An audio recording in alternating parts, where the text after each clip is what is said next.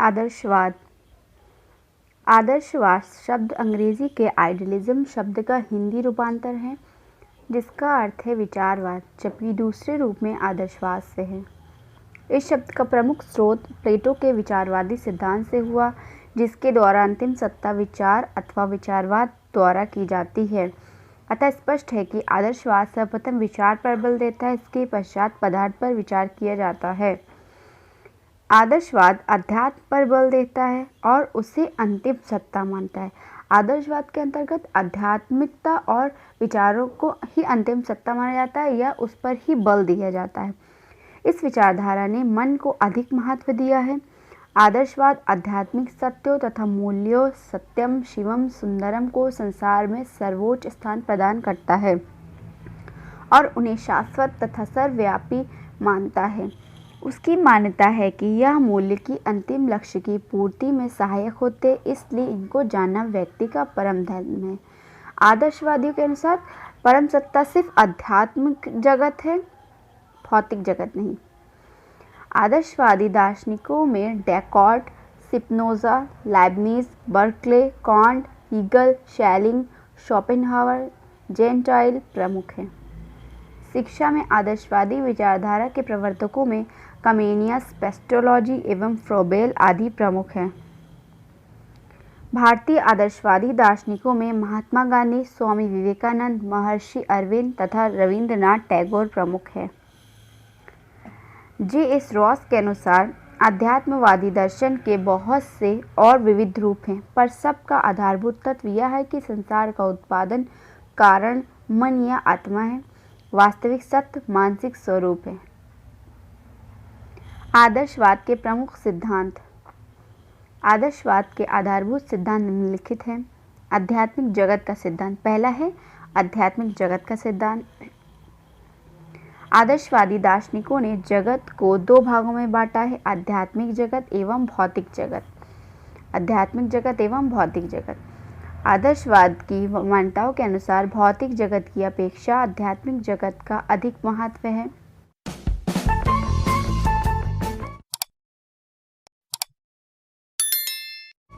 आध्यात्मिक जगत ही सत्य है, भौतिक जगत मिथ्या मात्र है।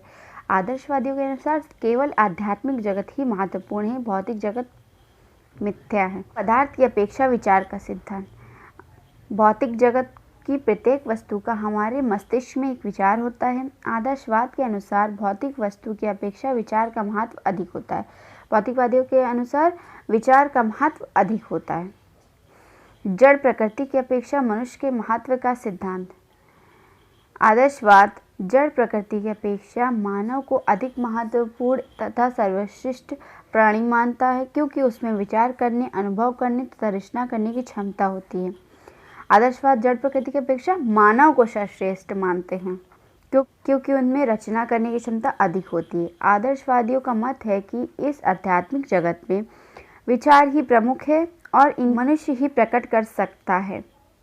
इस प्रकार मनुष्य न केवल आध्यात्मिक और सांस्कृतिक विरासत को भावी पीढ़ी में हस्तांतरित करता है, अपितु उसमें अपना योगदान भी देता है। आध्यात्मिक मूल्यों का सिद्धांत। आदर्शवादी मान्यताओं के अनुसार आध्यात्मिक मूल्यों का विशेष महत्व है। यह मूल्य है सत्यम, शिवम एवं सुंदरम। ईश्वर के साक्षात्कार के लिए इन मूल्यों का जानना अनिवार्य है। इन मूल्यों के पूर्व साक्षात्कार से ही ईश्वर का साक्षात्कार किया जाता है। मन के महत्व का सिद्धांत। आदर्शवादियों ने बाह्य संसार की अपेक्षा आत्मा या मन को विशेष महत्व दिया, मतलब कि आध्यात्मिक जगत को अधिक महत्वपूर्ण माना है। सत्य की प्राप्ति भौतिक जगत से संभव नहीं है। आत्मा या मन आदर्श का महत्वपूर्ण आधार है, या काल्पनिक नहीं वास्तविक है। मतलब आदर्शवादियों के अनुसार सत्य की प्राप्ति भौतिक जगत से नहीं हो सकती, अपितु आत्मा या मन से होती है। व्यक्ति के विकास का सिद्धांत। आदर्शवादी व्यक्तित्व के विकास को अधिक महत्वपूर्ण मानता है। उनके अनुसार व्यक्तित्व के विकास का अर्थ है आध्यात्मिक पूर्णता की प्राप्ति। आदर्शवादी मनुष्य के व्यक्तित्व विकास के साथ साथ उसके सामाजिक विकास पर भी बल देते हैं। भिन्नता में एकता के सिद्धांत का पूर्ण समर्थन। आदर्शवादी भिन्नता में एकता के सिद्धांत को पूर्ण समर्थन करते हैं। आदर्शवादियों के अनुसार इस संसार में समस्त वस्तुओं की भिन्नता में एकता निहित होती है। इसी एकता को ईश्वर के नाम से पुकारा जाता है। इसी एकता के द्वारा विश्व की समस्त वस्तुएं संचालित होती है। शिक्षा का भी यह दायित्व होना चाहिए कि वह बालक को इसी एकता का दर्शन कराए, अर्थात उसे ईश्वर के होने का आभास कराए, क्योंकि इस एकता का वास होने पर ही मानव पूर्णता को प्राप्त कर सकता है। आदर्शवाद और शिक्षा के उद्देश्य। पहला है आत्म अनुभूति। आदर्शवादियों के अनुसार शिक्षा का उद्देश्य आत्म अनुभूति है। आत्म अनुभूति का अर्थ आत्मा का ज्ञान है अथवा स्वयं को समझने से है। आदर्शवाद में आत्म अनुभूति का मतलब स्वयं को समझने से है। सुकरात ने कहा था, स्वयं को जानो, अतः बालक को ऐसी शिक्षा दी जानी चाहिए जिससे वह आत्म अनुभूति कर सके। व्यक्तित्व का विकास। आदर्शवादियों के अनुसार मनुष्य ईश्वर की सर्वश्रेष्ठ रचना है। शिक्षा का प्रमुख उद्देश्य मनुष्य के व्यक्तित्व का विकास करना है। शिक्षा मनुष्य के व्यक्तित्व के विकास के साथ साथ आध्यात्मिक विकास भी करती है। मतलब शिक्षा के द्वारा मनुष्य का व्यक्तित्व विकास भी होता है, साथ साथ आध्यात्मिक विकास भी होता है। आदर्शवादियों के अनुसार आध्यात्मिक उन्नति करना। आदर्शवादियों के मत के अनुसार शिक्षा का उद्देश्य प्रत्येक व्यक्ति में उचित शिक्षा के माध्यम से सामाजिक गुणों का विकास करना है। अतः शिक्षा इस प्रकार से प्रदान की जाए कि प्रत्येक बालक इन मूल्यों की अनुभूति कर सके अथवा सामाजिक गुण विकसित हो सके। सांस्कृतिक विरासत की रक्षा, विकास एवं हस्तांतरण।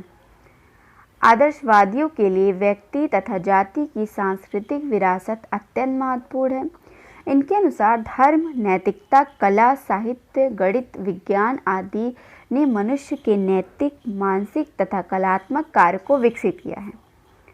इस प्रकार संपत्ति पर प्रत्येक व्यक्ति का समान अधिकार है। अतः संसार के प्रत्येक व्यक्ति का कर्तव्य है कि वह संस्कृति के ज्ञान, संरक्षण और विकास पर बल दे और इसकी रक्षा करे। आध्यात्मिक मूल्यों की प्राप्ति। आदर्शवादियों के अनुसार सत्यम शिवम एवं सुंदरम आध्यात्मिक मूल्य है। यह मूल्य चिरंतन है, शाश्वत है, स्थायी है, अपरिवर्तनशील है और सत्य है। इनका निर्माण मनुष्य ने नहीं किया है, वरन ये पूर्व निर्धारित है। प्रत्येक व्यक्ति का यह कर्तव्य है कि वह इन मूल्यों को विकसित करे। जब तक इन मूल्यों को विकसित नहीं किया जाएगा तब तक आध्यात्मिक पूर्णता प्राप्त नहीं होगी। पवित्र जीवन के लिए तैयारी करना। पवित्र जीवन की प्राप्ति करना आदर्शवादी शिक्षा का एक उद्देश्य है। शिक्षा मनुष्य को इस योग्य बनाती है कि वह अच्छाइयों को ग्रहण कर सके और बुराइयों को दूर रहे। यदि वह बुराइयों से दूर रहेगा तो उसका जीवन पवित्र हो जाएगा। पवित्र जीवन की प्राप्ति से ही मनुष्य जीवन में सफलता प्राप्त करता है।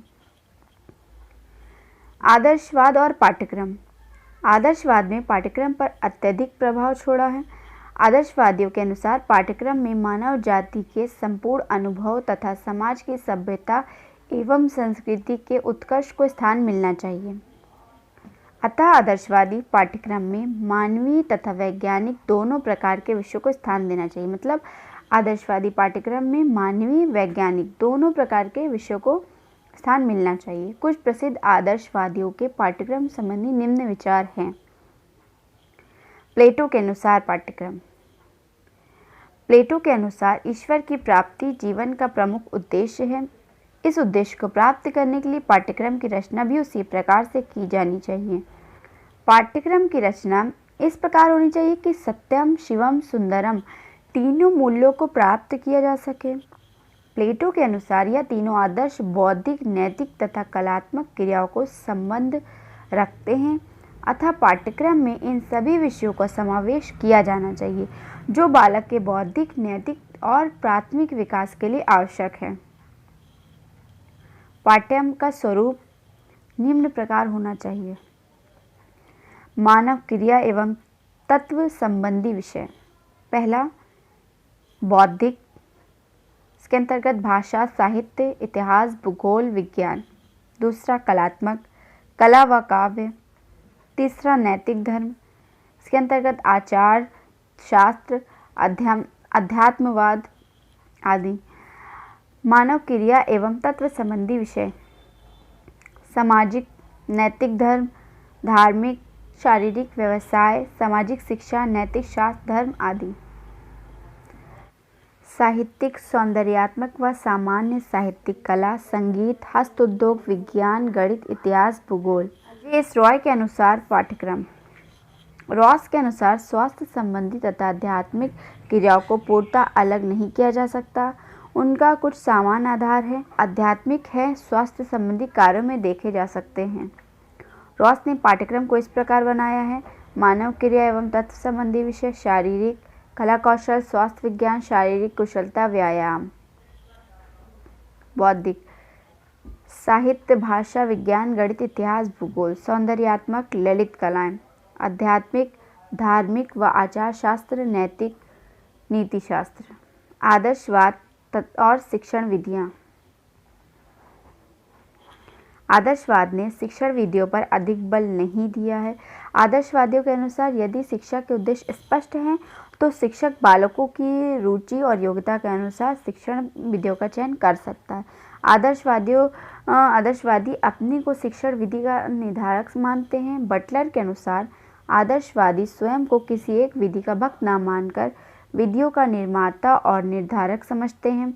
आदर्शवादियों ने शिक्षा के क्षेत्र में अनेक शिक्षण विधियों का विकास किया जो निम्नलिखित हैं। सोक्रात ने प्रश्न विधि, अरस्तु ने आगमन और निगमन विधि, हर्बर्ट ने निर्देश विधि, फ्रोबेल ने खेल द्वारा शिक्षा विधि, पेस्ट्रोलॉजी ने अभ्यास वृत्ति विधि, प्लेटो ने संवाद विधि, हीगल ने तर्क विधि। आदर्शवादियों के अनुसार बालकों को शिक्षा देने की सबसे उत्तम विधि प्रश्न उत्तर तथा वाद विवाद विधि है। आदर्शवादी व्याख्यान विधि को भी महत्व देते थे। आदर्शवादी और शिक्षक। प्रसिद्ध आदर्शवादी फ्रोबेल ने शिक्षक के महत्व को स्पष्ट करते हुए कहा कि विद्यालय एक उद्यान है, बालक कोमल पौधा है, शिक्षक कुशल माली है।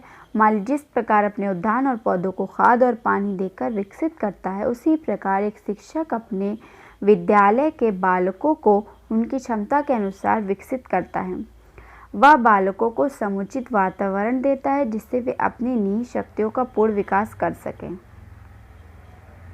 आदर्शवादियों के अनुसार शिक्षक बालक की शिक्षा में मानसिक पूर्णता के लिए विशेष पर्यावरण प्रस्तुत करता है, अपने आदर्शों से बालकों को प्रभावित करता है, उसका प्रदर्शन करता है, सत्यम शिवम सुंदरम के मूल्यों को प्राप्त करने की प्रेरणा देता है और वातावरण पर पूर्ण नियंत्रण प्राप्त करने में बालक की सहायता करता है।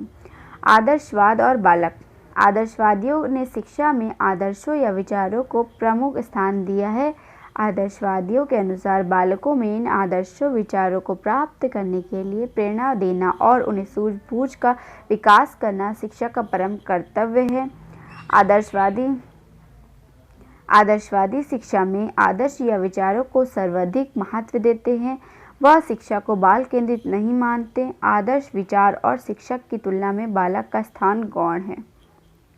आदर्शवाद और विद्यालयवादियों ने शिक्षा के लिए विद्यालयों को अत्यंत आवश्यक माना है। आदर्शवाद के अनुसार विद्यालयों को भी आदर्श होना चाहिए। विद्यालय का वातावरण ऐसा होना चाहिए जो छात्रों के विकास में सहायक हो। विद्यालय ही वह स्थान है जहाँ पर बालकों को विचार और तर्क करने के लिए उचित पथ प्रदर्शन प्राप्त होता है, जहाँ सामाजिक गुणों का विकास होता है, जहाँ सांस्कृतिक और आध्यात्मिक गुणों को ग्रहण करना अवसर मिलता है। अतः स्पष्ट है कि आदर्शवाद विश्व मानव जाति के कल्याण एवं अच्छाई में विश्वास रखता है। आदर्शवाद और अनुशासन। आदर्शवादी शिक्षा में अनुशासन को अधिक महत्व देते हैं। आदर्शवादी प्रभावात्मक अनुशासन के पक्षधर हैं। वे न तो दमनकारी कठोर अनुशासन के पक्ष में है, क्योंकि दंड और भय से स्थापित किया गया अनुशासन अस्थायी होता है।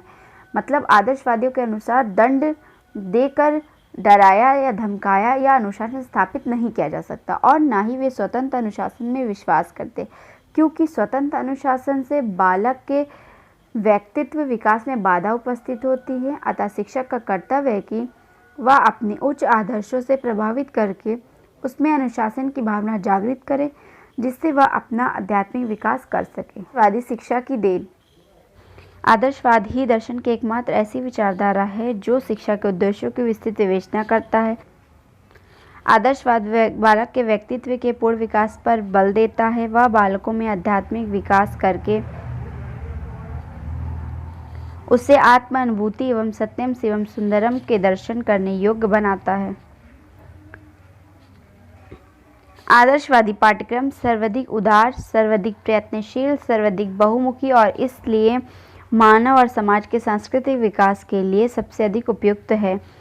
आदर्शवाद बालक के लिए ऐसी शिक्षा देने पर जोर देता है जो उनमें श्रेष्ठ चरित्र का निर्माण करे और उन्हें आध्यात्मिकता की ओर अग्रसर करे। वेदों के अनुसार सत्यम शिवम सुंदरम आध्यात्मिक मूल्य है तथा यह मूल्य चिंतन, शासन एवं अस्थायी होते हैं। आदर्शवादियों ने व्याख्यान, वाद विवाद, प्रश्न, आगमन, निगमन, अभ्यास और आवृत्ति नाटक की अनेक विधियों का निर्माण करके आवश्यकता अनुसार शिक्षण को स्वतंत्रता प्रदान की है। आदर्शवाद की शिक्षा प्रक्रिया में अध्यापकों को महत्वपूर्ण स्थान दिया गया है। उसने शिक्षक और छात्र का सबसे अच्छा मित्र तथा पथ प्रदर्शक माना है। ज्यों-ज्यों शिक्षा का मानववादी आदर्श राष्ट्रीय आदर्शों का स्थान लेता जा रहा है, त्यों-त्यों आदर्शवाद आधुनिक शिक्षा शास्त्रियों के लिए अधिक महत्वपूर्ण बन गया है। आदर्शवादी दार्शनिक शिक्षा के क्षेत्र में सर्वोच्च और सबसे अधिक व्यापक लक्ष्य और आदर्श उपस्थित करते हैं। आदर्शवाद की आलोचना। आदर्शवाद की सर्वप्रथम आलोचना उसके उद्देश्यों को लेकर की गई। आदर्शवाद द्वारा शिक्षा के उद्देश्य अमूर्त हैं। चूँकि आदर्शवादी शिक्षा के उद्देश्य भविष्य से संबंध रखते हैं, लेकिन वह बालकों की बौद्धिक क्षमता से परे हैं। आज के युग में आत्मानुभूति की बात करना कल्पना लोक में विचरण करने के सामान्य है। आदि विचारकों ने शिक्षा में संस्कृति पर जोर दिया और विज्ञान तथा प्रौद्योगिकी की अवहेलना की है। शिक्षण विधियों के क्षेत्र में आदर्शवाद का कोई महत्वपूर्ण योगदान नहीं है, क्योंकि आदर्शवाद ने आदर्शों पर विस्तृत प्रकाश डाला है। विधियों के क्षेत्र में आदर्शवाद का कोई महत्वपूर्ण योगदान नहीं है, क्योंकि आदर्शवाद ने आदर्शों पर विस्तृत प्रकाश डाला है, किंतु उन आदर्शों को प्राप्त करने की विधियों का वर्णन नहीं किया है। आदर्शवाद ने शिक्षा पर बहुत अधिक बल दिया और बालक पर बहुत कम। आदर्शवाद पाठ्यक्रम में आध्यात्मिक विषयों का महत्वपूर्ण स्थान देता है और आज के वैज्ञानिक और औद्योगिक युग में उपयोगी गौण स्थान देता है। आदर्शवाद समाज को व्यक्ति से ऊपर स्थान देकर उनको एक दूसरे के पूरक मानता है। आदर्शवाद सदैव निरपेक्ष एवं अंतिम सत्ता की बात करता है। इसका ज्ञान करना कठिन है।